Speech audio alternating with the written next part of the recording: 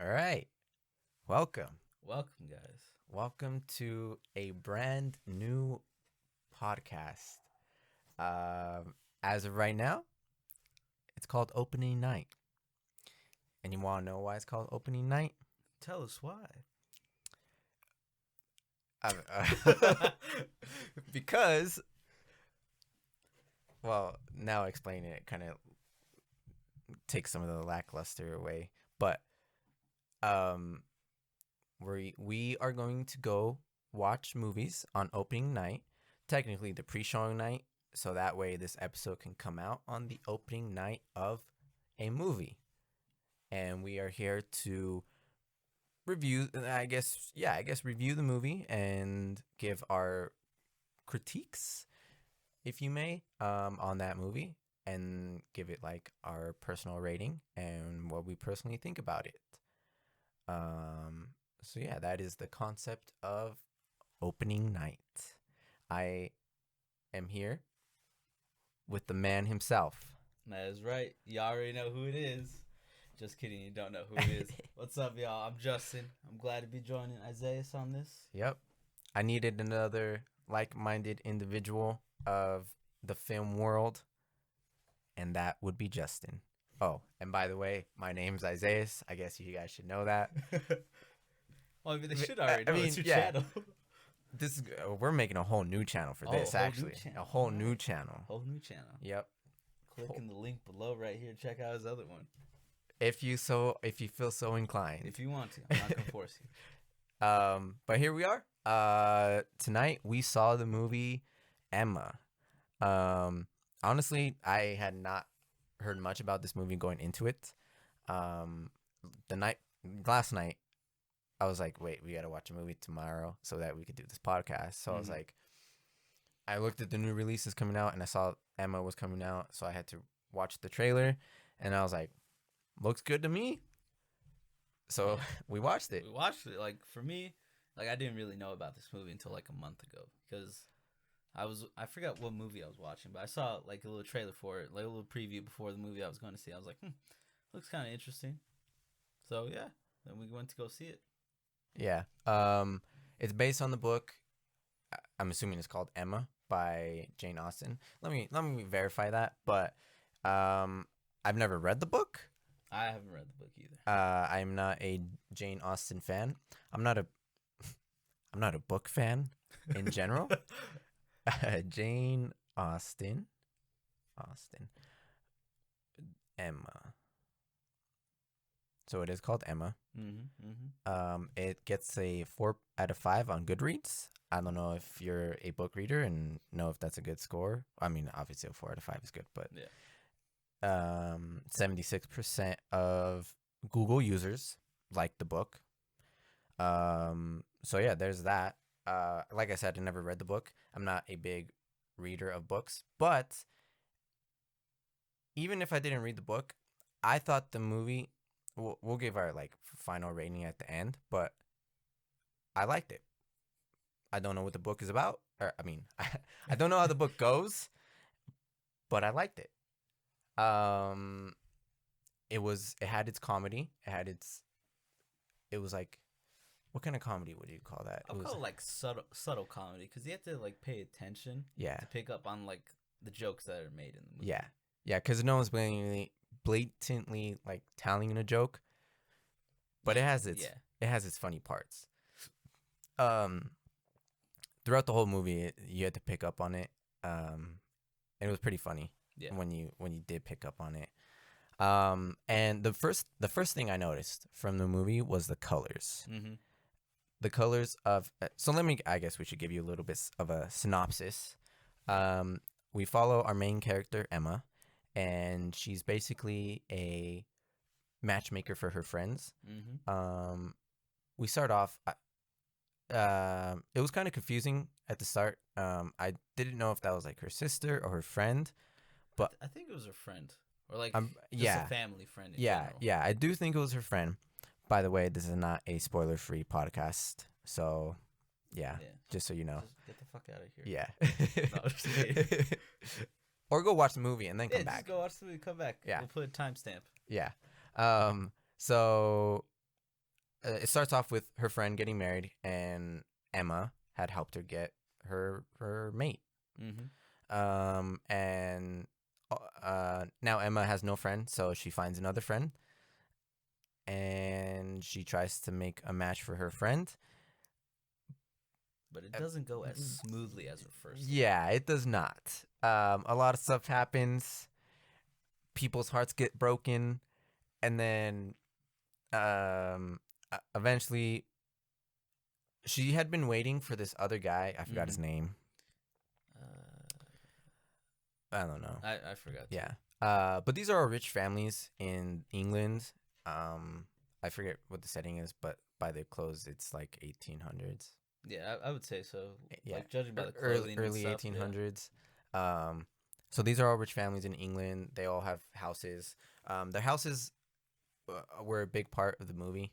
But she had been waiting for this one guy the whole movie. She had not met him, and I I guess everyone was thinking that this guy and Emma were going to be like perfect for each other, basically.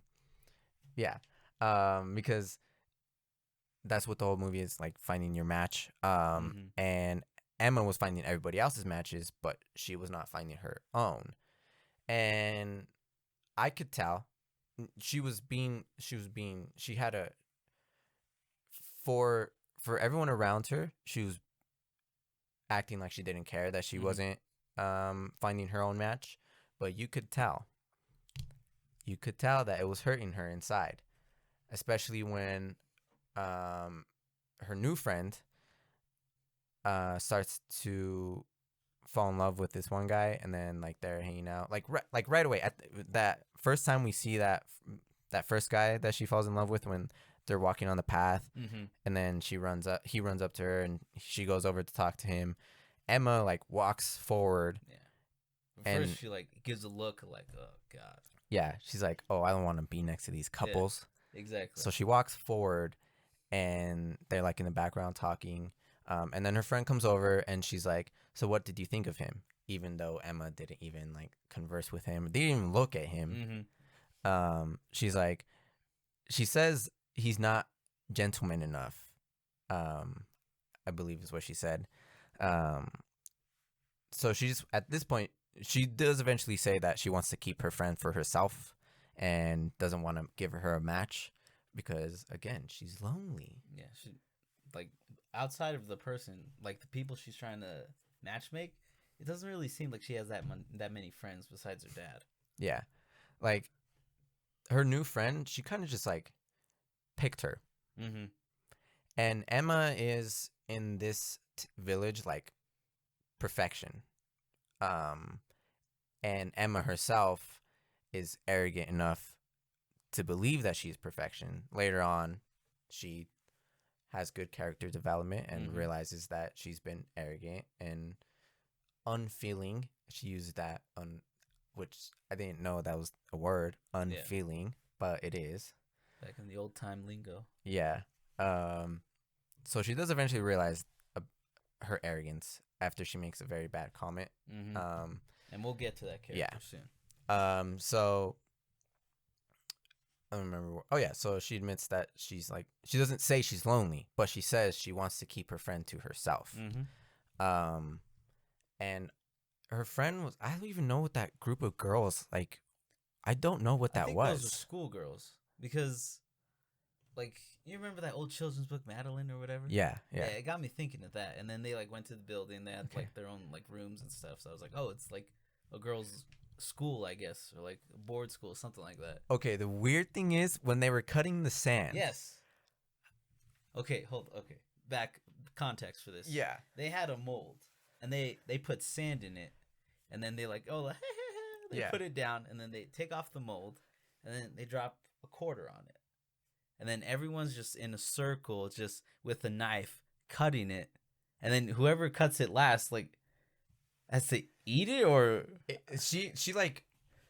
I thought they were going to dunk her face in. Yeah. But, I mean, they kind of did, but, like, she goes in, and... because now the quarter is in the sand. So she, like, goes in and picks up the quarter with her mouth. So now her face is covered with sand.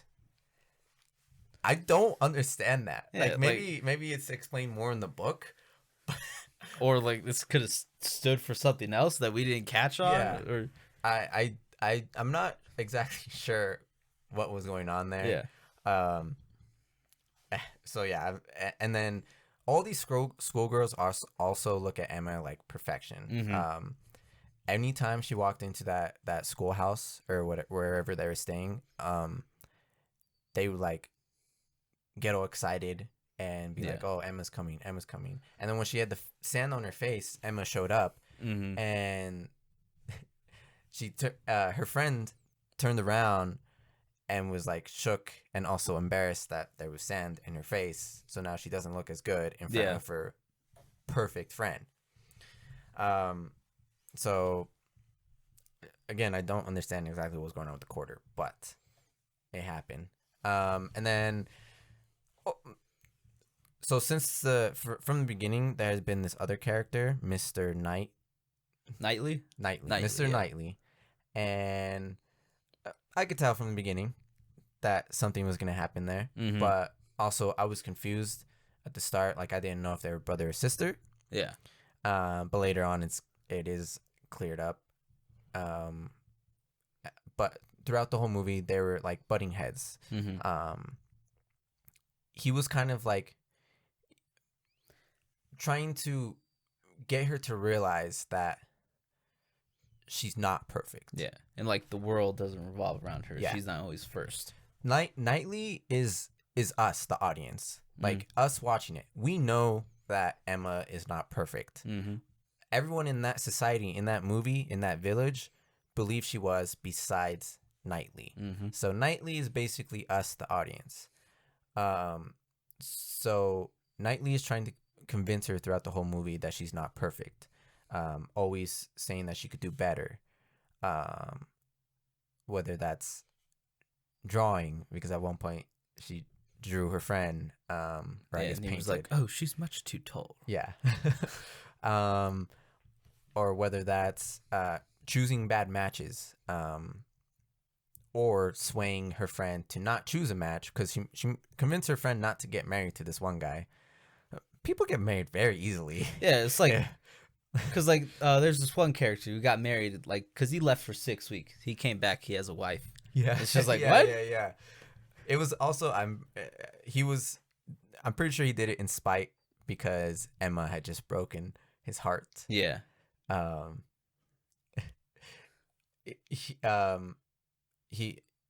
She had broken his heart, and then he disappeared, and then comes back 6 weeks later with a wife. Yeah. Her, And I think out of spite, they like steal her and her dad's spot at church because she knows.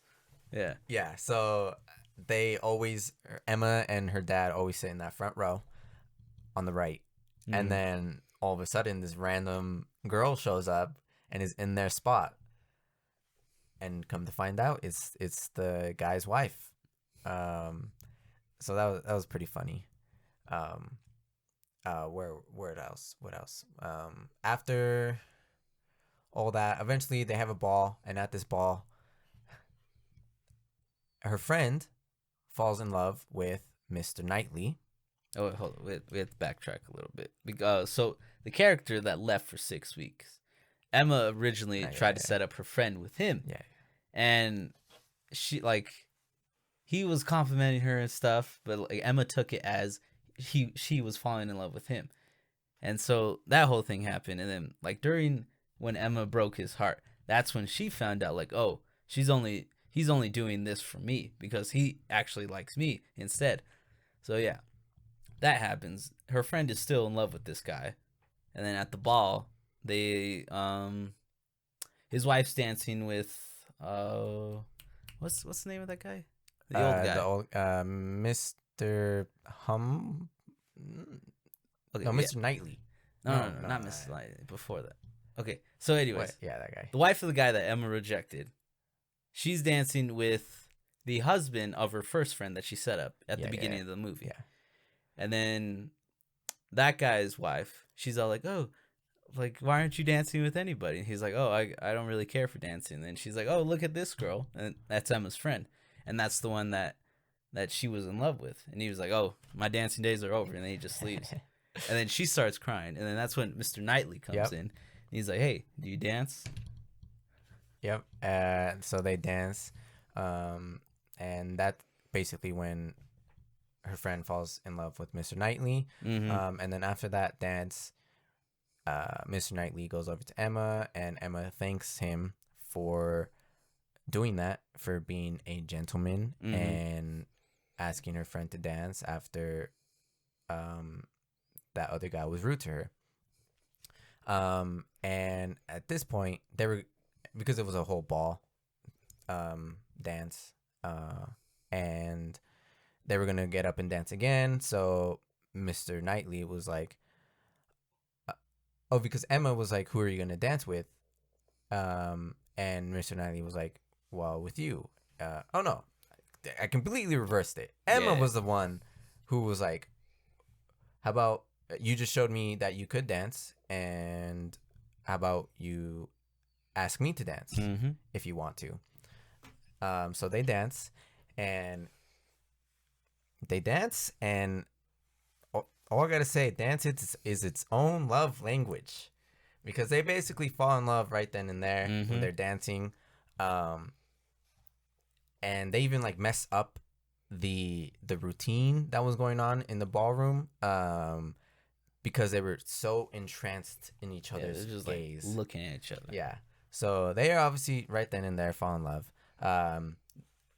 Ball finishes, and Mr. Knightley obviously wants to say something to Emma, but she goes away on her carriage, and he runs after her, Mm-hmm. literally. Yeah, because like everybody else uses carriages, but this man walks to all of his Yeah, destinations. yeah, because I guess he thinks he's a gentleman. I don't know. Shows up, and right before he was gonna say something to her, right before he was gonna confess his love and Mm-hmm. ask her hand in marriage, Yeah. because that's how fast it Yeah, happens. that's the fast it happens. um, the guy that Emma had been waiting for this whole time, um, so he was actually at the ball, and they did dance. Mm-hmm. But he also shows up right before Mr. Knightley says anything, with her friend. I don't even know what she said. Gypsies. Yeah, I feel like okay. So what I think I got from it was she was on her way home to like the boarding school or whatever, and then there was just a group of gypsies, and she was trying to outrun them. She got a cramp, and then the other guy that Emma's been waiting for this whole time, like just saw her and then picked her up to save her. Yeah. I guess. Brings her over to Emma's house. And then at this point, Emma's friend confesses to Emma in a not so direct way that she's in love with Mr. Knightley, but Emma gets confused and thinks she had fallen in love with the other guy who Emma had been waiting for the whole time. Which at this point Emma didn't really care about. Yeah. So later on, that leads to more, to Emma realizing that she's not a good matchmaker. Mm-hmm. She's not, because she got all of them wrong besides her original friend. So what happens after that? Oh, so like during that, she like so when she takes it at. I gotta search the character names. Yeah. So that is one thing about the movie. There's a lot of characters. There's a lot of character names. At the very beginning, you get bombarded with all these characters and all these character names. And I find it very hard to connect. Well, not just connect, but like actually know what character is who, unless I see their face. And at the beginning, we didn't see anybody's face. They were just talking amongst each other, sipping their tea, Mm-hmm. and spilling that tea. Okay, here that we go. Same tea. So the guy that Emma was waiting for, his character's name is Frank Churchill. Yes. So Frank Churchill. yeah. Damn, what was I The gonna old say? guy was Frank's Dad. dad, so he's Mr. Churchill. Yeah. Frank. What did he do? He saves Yeah. her friend. And then when she takes it as like, oh, she's like her friend. Hold on, her friend Harriet Harriet. is in love with Frank Churchill. She's like, oh, Mr. Churchill, stay. And then Mr. Knightley is kind of taken aback by it because he's like, oh, Yeah. you want him to stay, but not me. And when Emma was just trying to get Frank to also fall in love with um, Harriet. Mm-hmm. Emma was just like forcing people to fall in love. That's how she was a matchmaker. Just trying to force love on these people. And then after that, Mr. Knightley is kind of like salty towards her. Mm-hmm. Because obviously he's hurt and he's jealous of Frank Churchill, and even later on admits that he's envious of him. Mm-hmm. And then the next thing that happens, they go up to this like hill and have a picnic up there. Yeah. It's Emma and Mr. Churchill and his dad. And then Mr. Knightley, and then Harriet's there. Yep. And then this poor lady that is their friend. Yeah. Her name's Miss Bates. Yeah. And then her niece, who we forgot to mention, she had been there for like 2 months at this point. She knew Frank. She met Frank at this party like back in October, and this picnic was in spring. Mm-hmm. The whole timeline of the movie is a year. Yeah. So it like goes through the seasons. Yeah. So they're all there, and I don't know what they did. Obviously, they didn't do anything for fun back in the early 1800s because they were just chilling. They weren't even talking. Nope. Just blank stares all around. So Frank was like, we need to do something about this. Like, we need to, have fun. So eventually it gets to the point where he's like, say three doll things. And then the poor lady was like, okay, 3 doll things. I'll say 3 doll things because usually I only say doll things and ha ha ha, everyone laughs. But then Emma was like, you never stop at 3 doll things. Yeah. In a very like, she meant to say it in a joke, but it didn't come out that way. And then the whole mood of everyone at the picnic shifted. Yeah. It was real bad. Oh, I forgot. Mr. Wesley, right? That's the name. Who? Him and his wife were also there. Oh yeah. No, Mr. Elton. Oh, Mr. Elton. Yeah, Mr. Elton. Mr. Elton. So they were also there, and his wife says something snarky about knowing about when to say something mean or something like that. Yeah. And basically the picnic's over. Like they all disperse. And then Emma is just kind of sitting in her carriage, and then Mr. Knightley comes up, and he's all like, "Yo, why did you say that?" Yeah, he goes off on her, and that's when Emma cracked, and she starts sobbing. She heads back home, and she's still crying, and then her dad comes over, and then that's when she admits that she's been arrogant, blah blah blah. Finally realizing how she's not perfect, basically has her realization. And then she goes and make amends with the Miss Bates, and then she finds out after that Frank and Mrs. Bates' niece, when they met at the party back in October, they got married or they got engaged, and they had been hiding it from everyone. It is a secret engagement. Yeah. And now all of a sudden Emma's, even though she doesn't show it,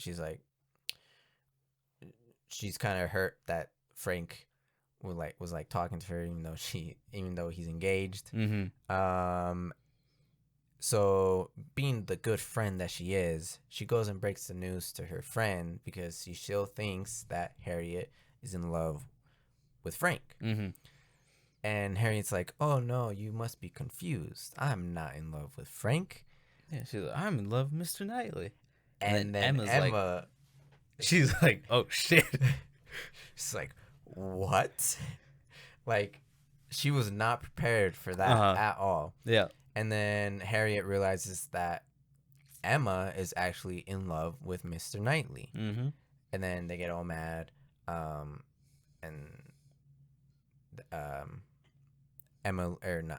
Harriet leaves. And then Emma.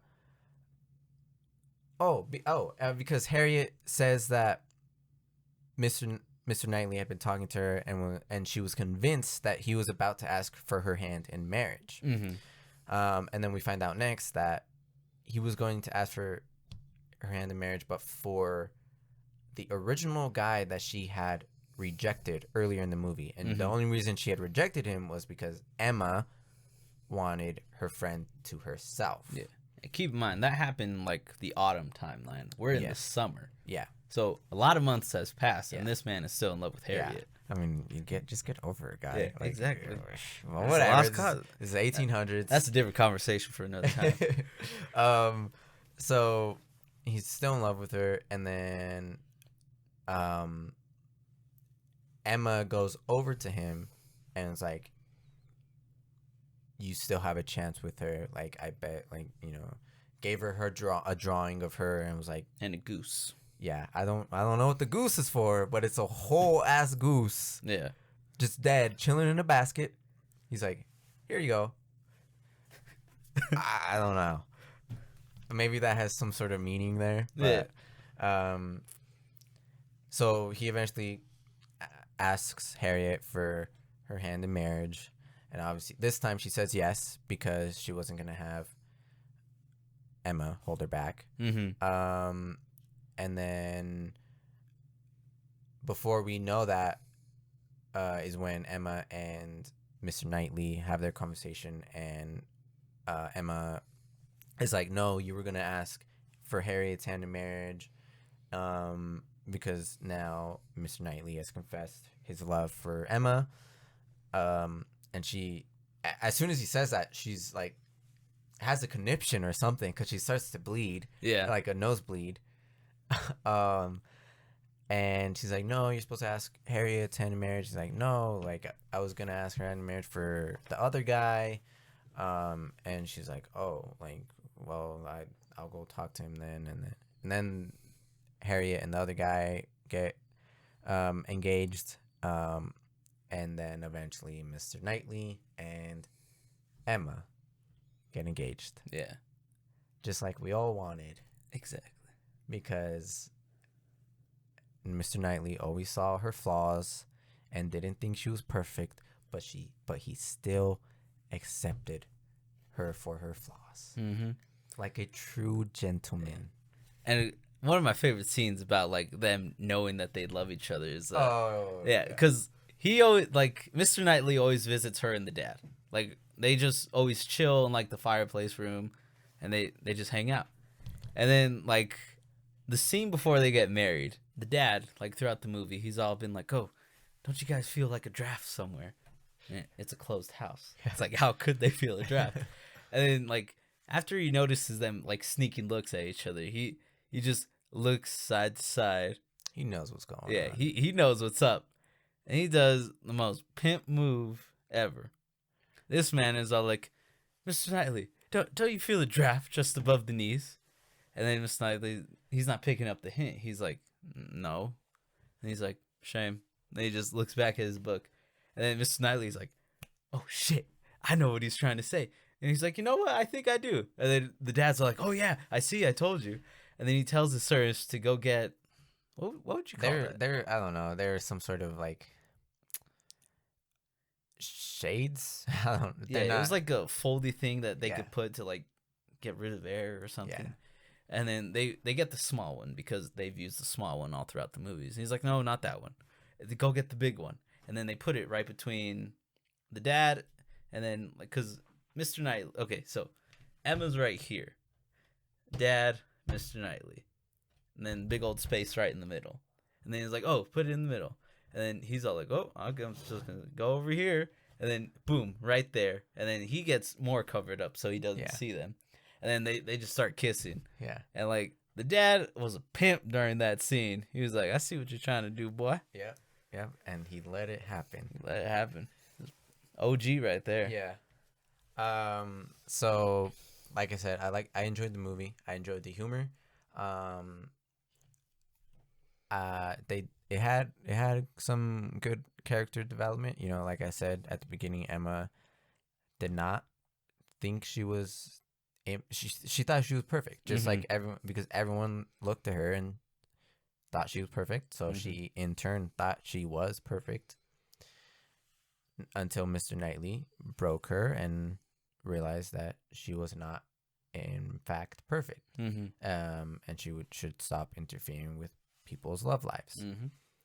Because it was all wrong. All her matchmaking was wrong. And I still think that we as an audience will connect more to Mr. Knightley because, like I said, he's the only one who saw that she wasn't perfect. Yeah. Saw that she was kind of a dick. Yeah, and he wasn't afraid to tell her. Yeah. Her dad was kind of weird. Just because at the beginning, like, he didn't care for Emma. Like, and Emma even says that he thinks that she's useless. No, she didn't say useless, but something like that.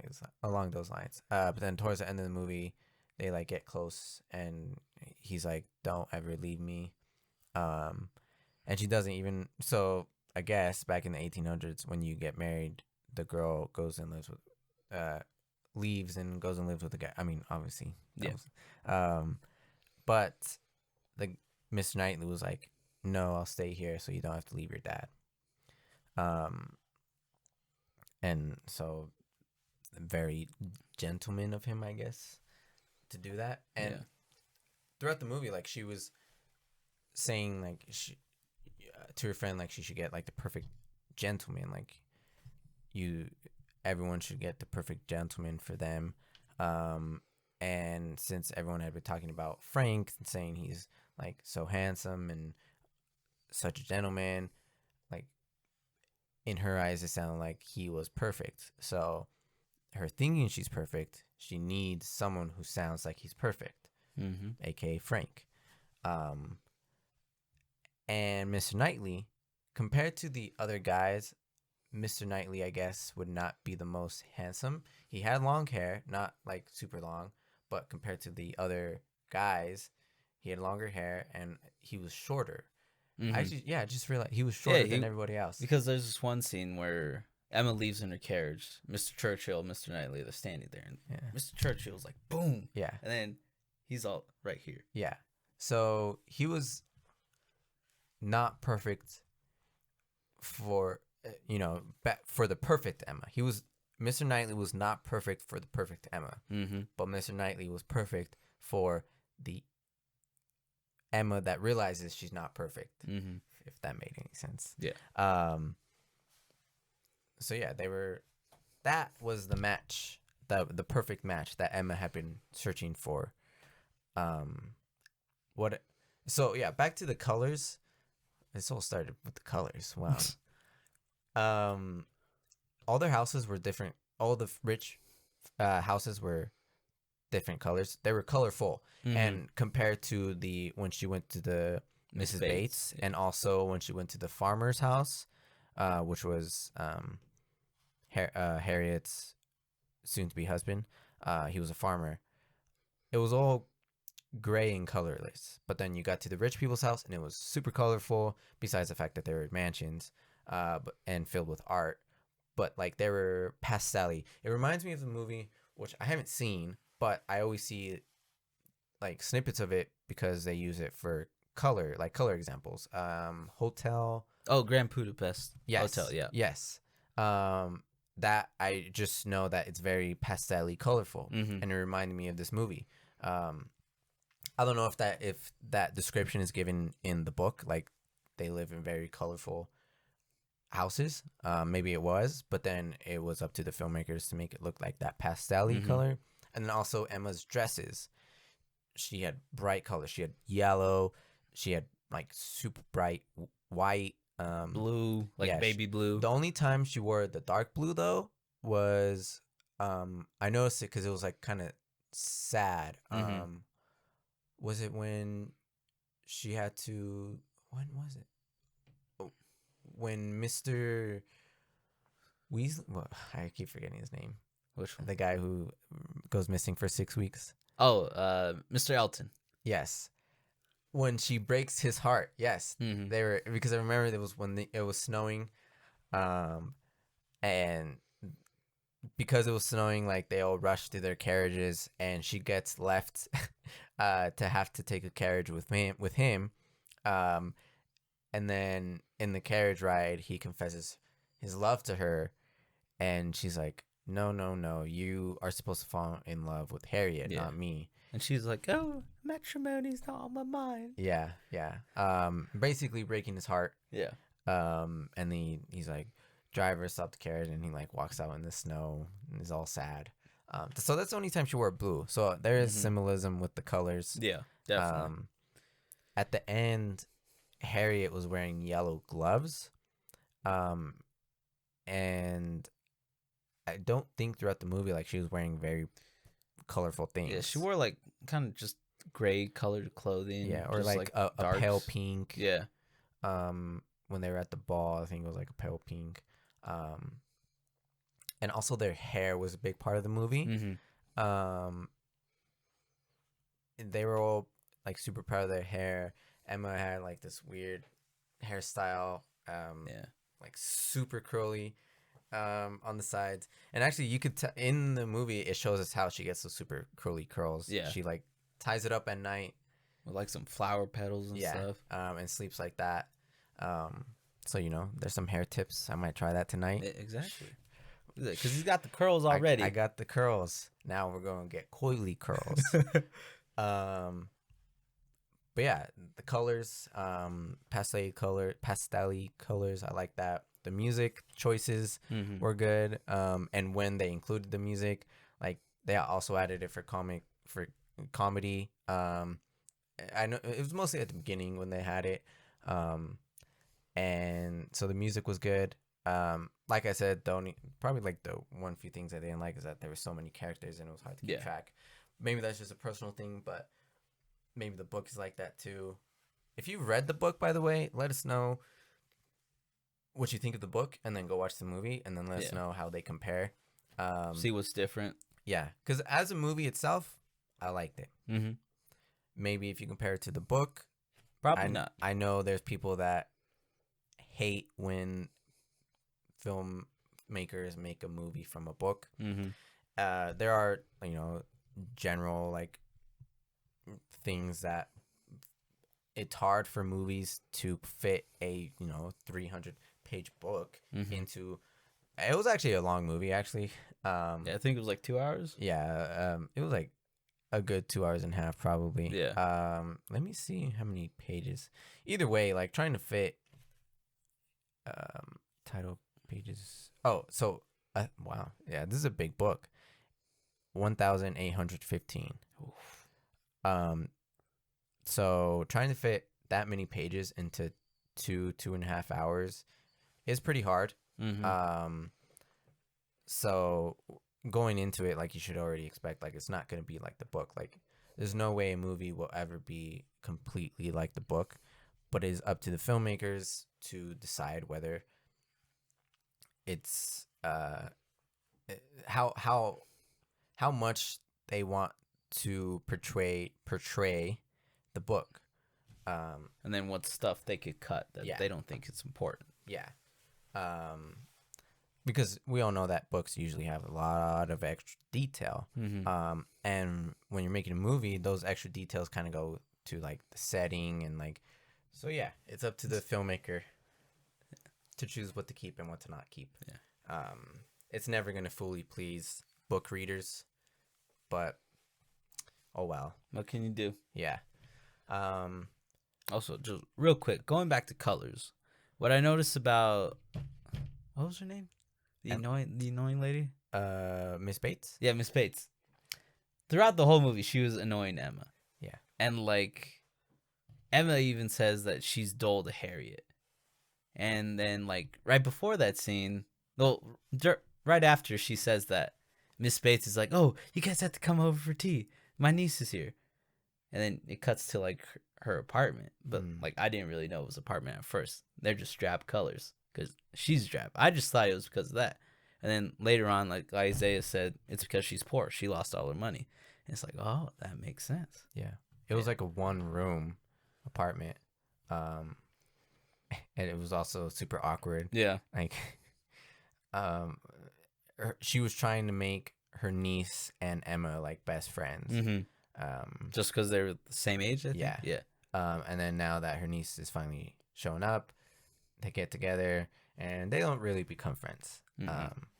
And then obviously later when they find out that she is engaged to Frank, obviously, and I think it was weighing on her niece, because they were at a Mr.